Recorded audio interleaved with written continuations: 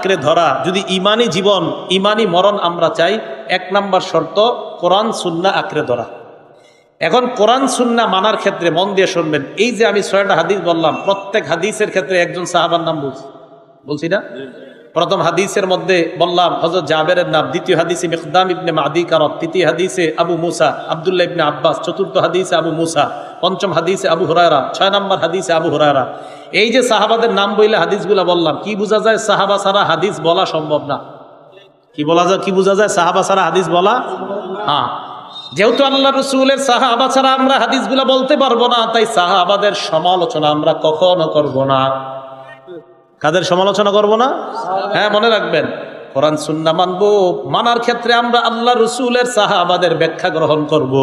ব্যাখ্যা গ্রহণ করার ক্ষেত্রে সাহাবাদের সমালোচনা আমরা করব না। কেন আমরা সাহাবাদের সমালোচনা করব না? মুসলিম শরীফের 2531 নম্বর হাদিসের বর্ণনা, আল্লাহ নবীর সাহাবা বলেন, সাল্লাইনাল মাগরিবা মা রাসূলিল্লাহি সাল্লাল্লাহু আলাইহি ওয়াসাল্লাম, আমরা আল্লাহর নবীর সাথে মাগরিবের নামাজ আদায় করলাম। মাগরিব আদায় করার পর সুম্মা কুলনা লাউ জালাসনা হাত্তা নুসাল্লিয়া মাগুল ইশা, মাগরিব পড়ছি, পড়ার পর মসজিদে বসে রইলাম, একজন আরেকজনকে বললাম আমরা এশার নামাজ পর্যন্ত অপেক্ষা করব, আল্লাহর নবীর সাথে এশার নামাজ পড়ার পর আমরা বাসায় যাব। আপনারা মাগরিব পড়ছেন মসজিদে, মাগরিব পড়ে বসে রয়েছেন, আপনাদের নিয়ত হলো ইমাম সাহেব এশা পড়াবে, এরপর মসজিদ থেকে বাসায় যাবেন। তো নবীর একদল সাহাবা বলেন, আমরা নবীর সাথে মাগরিব পড়লাম, মাগরিব পড়ার পর আমরা বসে রয়েছি, আমাদের নিয়ত আমরা এশার নামাজটা পড়বো, এরপর বাসায় যাব। তো সবাই বসে রয়েছে।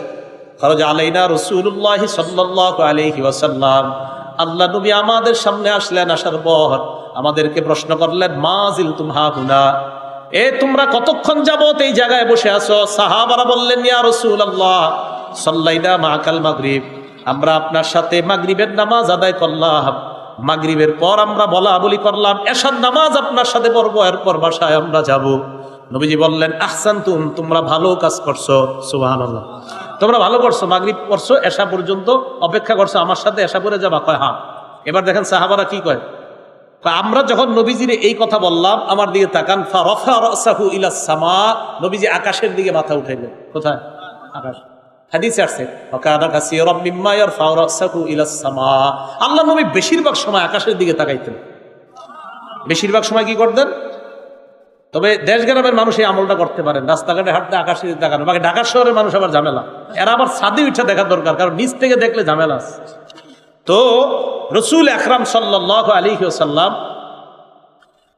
ওনার সাহাবারা বলেন যে রসুল আকাশের দিকে বেশিরভাগ সময় তাকায়। নবী যে আকাশের দিকে তাকাইছে, খুব মন দিয়ে শোনেন, আকাশের দিকে তাকানোর পর আল্লাহ নবী কয়, আন-নুজুমু আমানাতুন লিস-সামা, আকাশের নক্ষত্রগুলা আকাশের জন্য আমানত, নিরাপত্তা।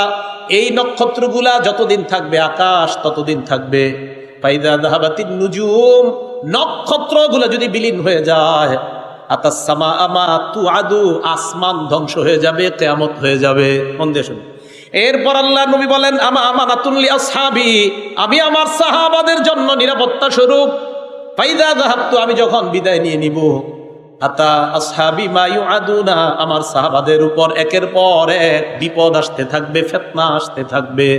এই যে ইমাম মুয়াবিয়া আলী রাদিয়াল্লাহু তাআলা আনহু, এরপরে আস্তে আস্তে সাহাবাদের মাঝে বিভিন্ন বিষয়ে মতভেদ শুরু হয়ে যাওয়া। রাসূল বলেন, আমি চলে যাব, তো সাহাবাদের উপর একের পর এক বিপদ আসতে থাকবে। এবার আল্লাহ নবী বলেন, শোনো তোমরা উম্মত, ওয়া আসহাবি আমানাতুল লি উম্মতি, আমার সাহাবারা পুরা দুনিয়ার উম্মতের জন্য নিরাপত্তা। আমার সাহাবারা পুরা দুনিয়ার উম্মতের জন্য নিরাপত্তা। মন দিয়ে শুনবেন, সাহাবাদের সমালোচনা ভুলেও করবেন না। আল্লাহ নবী বলেন, ফাইদা যাহাবা আসহাবি, আমার সাহাবারা যদি বিদায় নেয়, আতা উম্মতি মা ইউআদুনা, তাহলে আমার উম্মতের উপর গজব এসে যাবে, আমার উম্মত যেন কিয়ামতের অপেক্ষা করে নেয়। সাহাবারা দুনিয়া থেকে বিদায় নেওয়া, এটাই উম্মতের জন্য পুরা কপালের লক্ষণ। তো আল্লাহ রাসূল বললেন, আরে আমার উম্মতের উপর সাহাবারা যতদিন থাকবে, উম্মতের জন্য ততদিন নিরাপত্তা থাকবে। আমার সাহাবারা বিদায় নিবে, তো উম্মত বিপদের মধ্যে পড়বে।